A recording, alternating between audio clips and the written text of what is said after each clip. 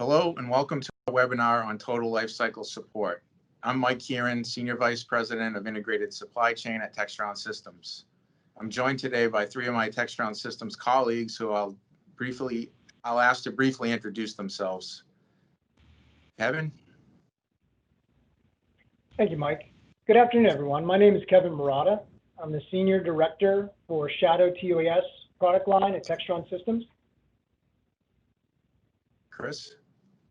Yeah, hi, good afternoon, everyone. My name is Chris Mallon. I am the Vice President of Tactical Mission Systems running Aerosonde programs here at Textron Systems. And Sarah? Hi, everyone. My name is Sarah Willett. I am the Program Director for Ground Robotics programs here at Textron Systems, including the Robotic Combat Vehicle Medium program. Great. Well, thank you all for being here today. Let's start off by explaining what total lifecycle support means at Textron Systems. Kevin, can you get us started? Absolutely. Thanks, Mike. For me, overseeing a program of record like Shadow, it affords me a unique lens. It's delivering on our customers' requirements, understanding their constraints, helping them achieve their strategic objectives. Exceeding those expectations is enabled by folks like our field service representatives, working alongside the unit, exercising the equipment every day, understanding the challenges that they struggle with, all the way back to a design intern participating in the next enhancement, obsolescence, change, or even a mishap investigation. As a product integrator, the information transfer and the learning that takes place beside our customers is limitless. Together, we're able to identify opportunities to reduce costs, improve product reliability, reduce depot downtime from our forward windows all the way back to the smallest supplier. That complete view affords us a comprehensive analytic that strengthens the customer's experience and fosters improved relationships tip to tail. Chris? Yeah, thanks, Kevin. So I like to think of total lifecycle support as really a shared ownership with our customers. We're all familiar with the traditional concept of lifecycle costs really being 20% on the acquisition side and then 80% or the majority of the lifecycle post-acquisition. With Aerosonde, we've been providing contractor-owned, contractor-operated, or COCO services for nearly a decade, which has required us to own our entire product lifecycle, from initial production to shipping and logistics, providing FSRs for operations and maintenance support, help desk support, incorporating reliability, maintainability improvements, and capability enhancements, all of which is geared towards providing a cost-effective and reliable product and service to the warfighter. This lifecycle ownership really provides us a unique insight into the challenges of keeping costs down and availability up during the majority of the life cycle. And it gives us that shared destiny with our customers, driving us to think through life cycle cost, that 80%, in every decision we make. Sarah? Yeah, Chris and Kevin, I think those are great points, and you define that really well. For the area I support, we're able to leverage that history and understanding of life cycle support, as you defined it, as we develop some of our new product lines, knowing from concept development forward how the decisions we make today will impact the supportability of the platforms we deliver in the future. For example, our Ripsaw M5 robotic combat vehicle has recently completed a fairly rigorous design and development effort, and we're working towards delivery to our customer in a few short months. So we're able to use the experience of teams across Textron Systems to create a full lifecycle solution now in the land domain with this new platform. That's great. Thank you all. So our mission here at Textron Systems is to make sure that we provide value to our customers. Let's share some examples of how our lifecycle support has helped to bring that value to our customers. Kevin? I can take that one, Mike. So simply put, single number to call and the expedience. When things run smoothly, which they typically do, the multi-pronged approach does not work as well. But situations arise that demand communication, technical expertise, the depth that goes well beyond the core program team. In our case, In particular, we're able to evaluate and provide initial perspective on a problem at any unit around the globe within hours rather than days, weeks, or even months in some worst cases. In this environment, it's the level of support an Army leader expects and frankly needs, because problems do not age well. In addition to that reach back, having material oversight provides numerous benefits. As mentioned, our analytical power allows us to equip our integrated supply chain folks under your organization and critical vendors with accurate forecasting. This translates to cost savings, but more importantly, having the spare and repair back in the soldier's hands as quickly as possible. Chris? Yeah, thanks, Kevin. All excellent points. And as you know, the Aerosonde program has built off that history of Shadow and the 20 years of life cycle support, and really embraced the lessons learned.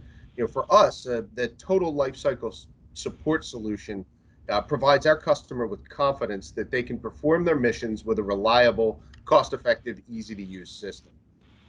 With a total lifecycle support solution, we try to free our customers up to focus on concept of operations development, employment strategies, mission execution, all of the elements for which the system was designed and fielded.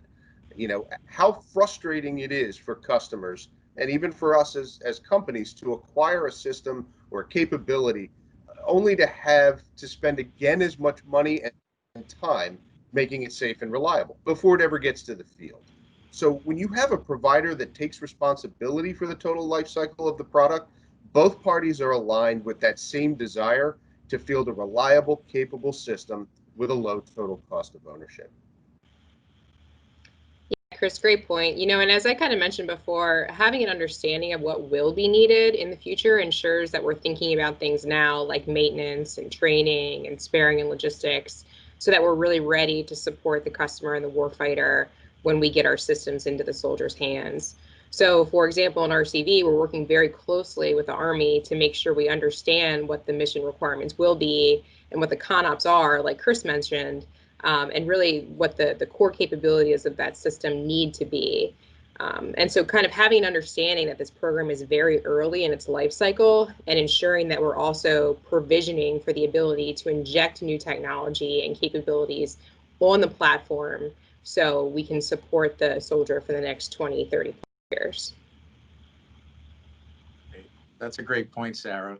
Could you possibly expand on how our lineage within Textron Systems as an end-to-end solution provider helps inform and define some of those future requirements, both on emerging platforms and as well as upgrades to existing ones? Yeah, absolutely. So I'll talk a little bit about our Ripsaw M5. It's a purpose-built vehicle, and even though it's not yet delivered, the team is already looking towards those future requirements. So we understand kind of from early concept on what's required, and we're working to develop our product roadmap to ensure that our design really allows for those future upgrades and has modular capability. And then again, partnering with our customer, the Army, to understand the mission demands, incorporating things like soldier feedback and lessons learned through some of the operational experimentations that the platform itself will be supporting in the future.